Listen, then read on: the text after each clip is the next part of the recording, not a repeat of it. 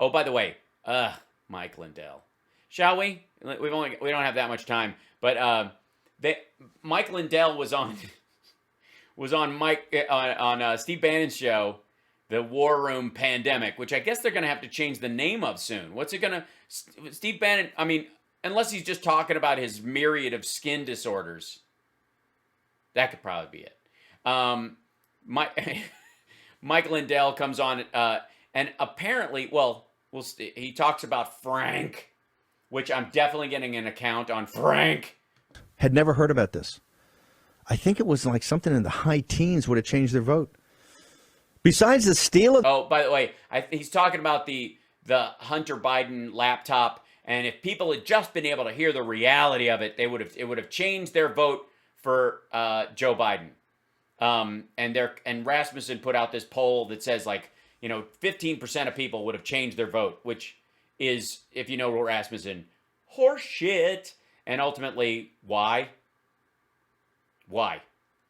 The vote, if that had just happened, we would have so won this if we could have just stolen this laptop, put whatever we want on it, give it back to some dude and have him release it, and then everybody would have believed that everything on it, because some of what was on it was real, all of what was on it was real, and we would have been able to capsize an entire presidency for like $3 million.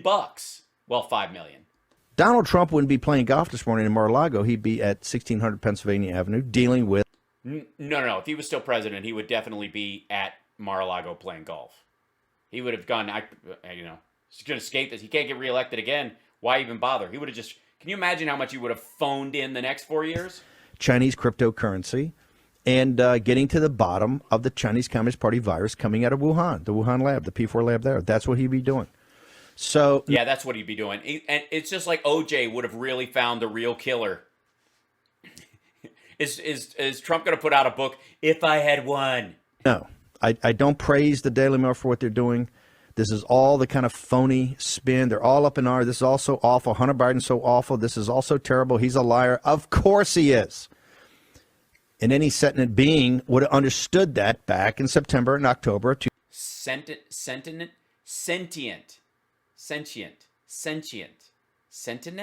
2020. And why his family, Rudy Giuliani calls them the Biden crime family. Hey, the crimes are unbelievable. The money they've taken is unbelievable. Well, yeah, it's not believable. I don't find it believable. And yet he's wandering around the White House. By the way, you'll hear unbelievable a lot when they use that word. They'll use outrageous. Outrageous is when they're attacked. Unbelievable is when they admit that what they're saying is false. They'll go, what I've heard about this guy is unbelievable. I mean, the stuff we found is unbelievable. They say it all the time. It is their key word, and it's because they know it's fake. As he's wandering around the West Wing now. Okay, we're going to get more into that. We've got the great Mike Lindell. Go to mypillow.com. The great Mike Lindell. Why is he great? Why is he great, Steve? Because he's paying for the whole fucking hour. Right now, type in promo code War Room. It's got up to 66% discounts on certain items. Yeah. What? Really? 66%. Why 66%? But discounts across the board on just amazing products from a proud American company and a proud CEO. Yes. I mean, I feel like we've gotten, we're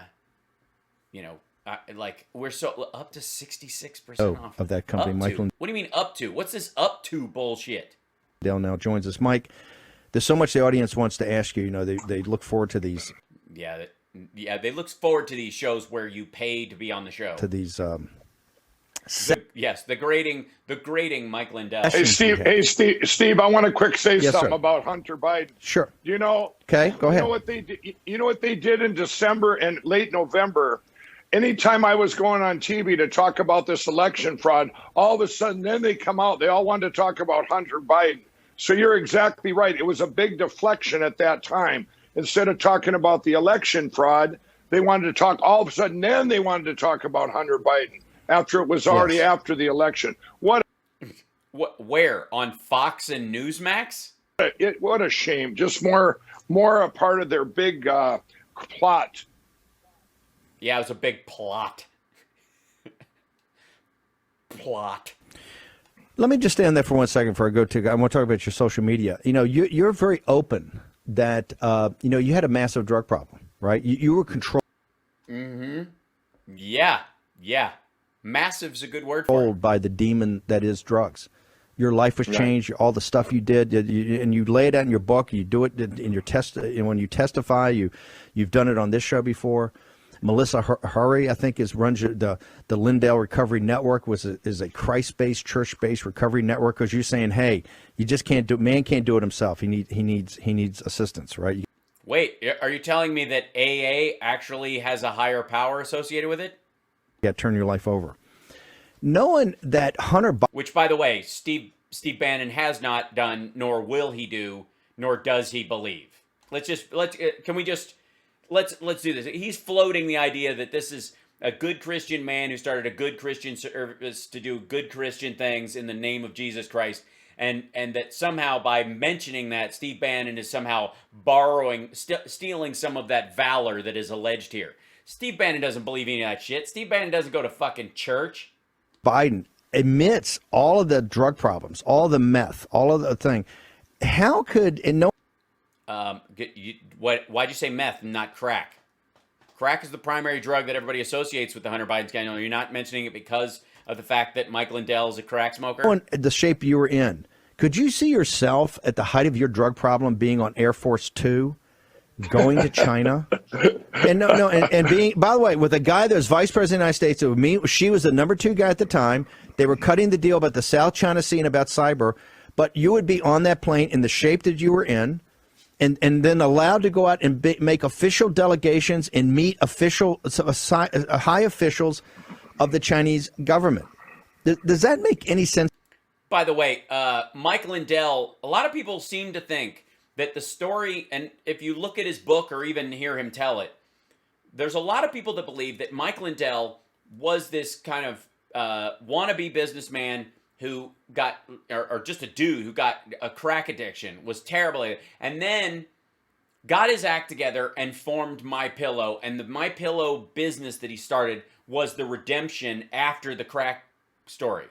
He started, and I don't know what his drug use was before. He doesn't really talk about that. Maybe it was just drinking. He started MyPillow. He became a crack addict 2 years in because of all the money he was getting. He was Devil's Hands of the Idle Hands of the Devil's Workshop. He was just using the money that he got. He was getting high all the fucking time. He was running MyPillow during that time. It was continuing to grow for years. So he was a maintenance crack addict during the time that MyPillow was actually growing. To you at all, understanding from your own personal experience what you're like when you have that type of problem? Absolutely. It makes no sense. A person would be so paranoid and unless. Oh, so I'm glad that's over. You're just totally, you'd have to be amoral. You completely have no morals or no inhibitions. I don't even know how a person could do it, but unless he was just, like they say, completely, part of what you said earlier, part of the crime family. What are you talking about? He just asked you, like, how could you continue working in business and doing stuff while you were on crack? You did. He did. Dude was cracked out of his brain, and he was still running MyPillow. What do you mean, no morals? So people who do crack are paranoid, amoral villains. Good to know.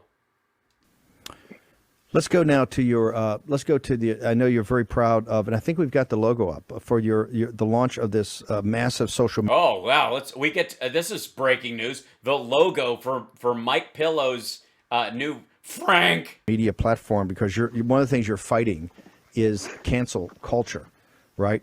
Yeah, that's what it is. He's totally gonna all those snuff films and pedophiles and ISIS videos that have all been broomed off of social media finally find a home, because this is going to be absolute First Amendment protection. I think we've got both the going on offense fund and the social media platform. Let's start with social media. What are you going to put forward to the American people to, and particularly obviously. That's it. Oh, it's so good. What a great logo. You know what? I'm going to take back everything I've said about Fiverr. Frank. That's the the voice of free speech. That's the logo. God damn, that's terrible. Really? Frank. Look, it's got a little thing like a Wi-Fi, and then a little thing on it's Twitter blue. And look, I love how they're about to put up their own Twitter graphic underneath. Frank. Obviously, the conservative MAGA crowd. What are you going to put forward that you've been working MAGA? Jesus Christ. It's MAGA. You've been hanging out with Sebastian Gorka too much. on behind closed doors, and it's all this, not whispers, but all this people are saying this thing is going to be huge, this is going to be massive. Mike Lindell's doing it. Yeah, totally. Everybody's just saying it behind closed doors. This is going to be gigantic. You can tell, like, the amount of money that goes into this kind of design. Steve Jobs must be kicking himself. He's not alive to really get because it was so important. Typefaces and then What do you really have at the end of the day? It looks like F rank. F rank. Frank. And what are you going to put forward? Well, there's nothing out there like this. No, there's nothing like this, unless you count like the Reddits that ISIS used to use. Hey, think about YouTube, where your Twitter is also your YouTube account. It's like, okay, my Twitter and my YouTube are the same account. Okay, there's nothing like it out there, but it all focuses on free speech. Wherever it's great, free speech. So I look forward to just being able on my account to download entire television shows, and documentaries and all kinds of stuff, and then just upload them to my account. I'm sure there's no limit on server space. everyone is we're going to have hundreds and hundreds of influencers come there. We've been talking about yesterday and today. We've given them all. Yeah, a demo, so to speak, because we're launching this coming week here. And you gave a demo to influencers and tens of millions. Fucking rank of people. I think hundreds of millions. We've got it set up. It's the most safe.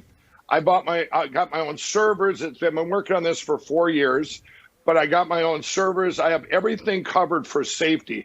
Yeah, dude, nobody can get in those servers. I've waited. I put another couple $2 million into just the security because we know we're going to get attacked.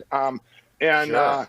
I don't rely on your Amazons or your Apples or your crooked Googles or all these companies. I don't rely on them.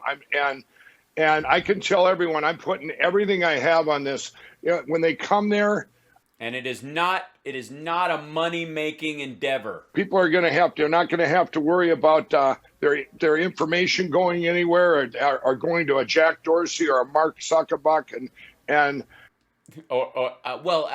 all defense, in their defense, it was Parler that had all their information dumped online. There's 7 terabytes. We're going to finally have our voices to be able to. Right now, our First Amendment rights. Everyone I know, all these people have lost their YouTube accounts, their Twitter accounts, their. Yes, Sebastian Gorka just lost his. A guy the other day, he talked about the border. He lost his Facebook account. They're trying. He just by talking about the border. He just talked about the border. That's all it was. He lost his Facebook account just for mentioning the border. That's weird. The border of America, between I guess Mexico and America is not even our largest border. Our largest border is, of course, with Canada. Thousands, hundreds of thousands of people come and go over both borders every day under normal circumstances. What else can I talk about the border? Checkpoints are very, few and far between in some places. There's a comprehensive immigration bill. I'm talking about the border. Can anybody check? Is my Facebook page still there? I mean, I just spoke about the border. It should be gone by now. Trying to suppress this. Had I knew. Oh, look at that. Motang. Because they don't want all the stuff that I have out there that we have. That's when we go back to the machine election fraud. Well, yeah, you got to be able to post all that stuff. I mean, expect that, Michigan gave us Motang. All right. or talking about vaccine. Nowadays, we don't even know what you can talk about. All these influencers are walking on eggshells, and they want to be able to speak freely again. And it's going to coincide perfect. And by the way, just so you know, by influencers, he means QTubers. Let's be abundantly clear. He doesn't mean like, makeup tutorial people on YouTube or gamers, that like the top gamers on Twitch. He's talking about QTubers. 100% QTubers. All maggots, all QTubers jumping on his thing. That's who he's talking about, just for the record. With what's going to happen this week with a lawsuit, and that'll be a big surprise. I'll give a little hint here. My Pillow's going after Dominion, Smartmatic for free speech violations of our First Amendment. It's going to be amazing. But more important, with you can't sue someone for violating your free speech when they're suing you for libel. You can just use that as a defense. With this platform, we're going to launch on. Oh, I can't get over how great that logo looks, man. You can tell he's been working on it for 4 years. Shit. Everyone now, your listeners and your watchers, your audience can actually go there. I believe it's this Monday. You can go there and get pre-signed up and get a VIP pass, and that'll be good from Friday, Saturday, Sunday of this coming week. We're going to have the whole group of the VIPs in there that they can go around and be on this platform, be the first ones on there. And then 9 a.m. on the 19th, we're launching live to the world. And I'm going to do it. We're going to call it a Frankathon, like the old Jerry Lewis telethon. We're going to start. Yeah. There's a lot more. All right. At 9 a.m. and live and go around the clock. And we're going to have on Tuesday or on Monday, it's going to be all about the free speech, the platforms, the situation we're in this country right now. And then on Tuesday. Yeah, because all the people coming to your platform don't know. We're going to launch Absolute Interference, the next documentary. Oh, God. And it's going to be the most mind. By the way, for the record, guys, I will be in Florida when that launches, doing rehearsals for 12th night. So I look forward to being able to do this and then racing off to rehearsals right after the show every day. Blowing evidence you've ever seen in history. And we're going to focus on that all day. But this platform will be the safest, most secure, and everyone's going to be there. And this isn't just. So Trump's going to be on there? This isn't just about, election or the vaccine or anything. No. This is about getting our freedoms back and being able to talk about it, being able to get it out there. There'll be flat Earth, the satanic cabal, pedivores, all that stuff. You mean all the Q stuff? Right? The people that are coming over now that have committed is just anyone you think about out there: radio, TV, newspaper, podcasts, all coming over. So you're going to have a one-stop shop where you're going to get. And the influencers that come over. Yeah, anybody you can think of. Anybody. Rachel Maddow. The people, they're already going to be followed. So if someone doesn't want to watch it, they unsubscribe. So it's going to be great for all the... Oh, so you're going to auto-follow all the VIPs on there. It's the same shit that Dorsey did when he started Twitter. All the platforms that have been hurt, too, like your radio and stuff. So... Hang on, let me go through this because there's a lot there. Number one, you've been working on this for 4 years. You've been working on this for 4 years. This, Justin, wasn't something you kicked in when you started being deplatformed. If you start working on 4 years ago, why did you, at the time, why did you think you would need, or why would you think you... Yeah, how did you know? Does crack give you ESP? Want to be That's what I want to know. Somebody that was a founder and or investor, or somebody that was bringing a new social media platform. What was it 4 years ago that gave you the idea that this may be something important that I should get ahead of?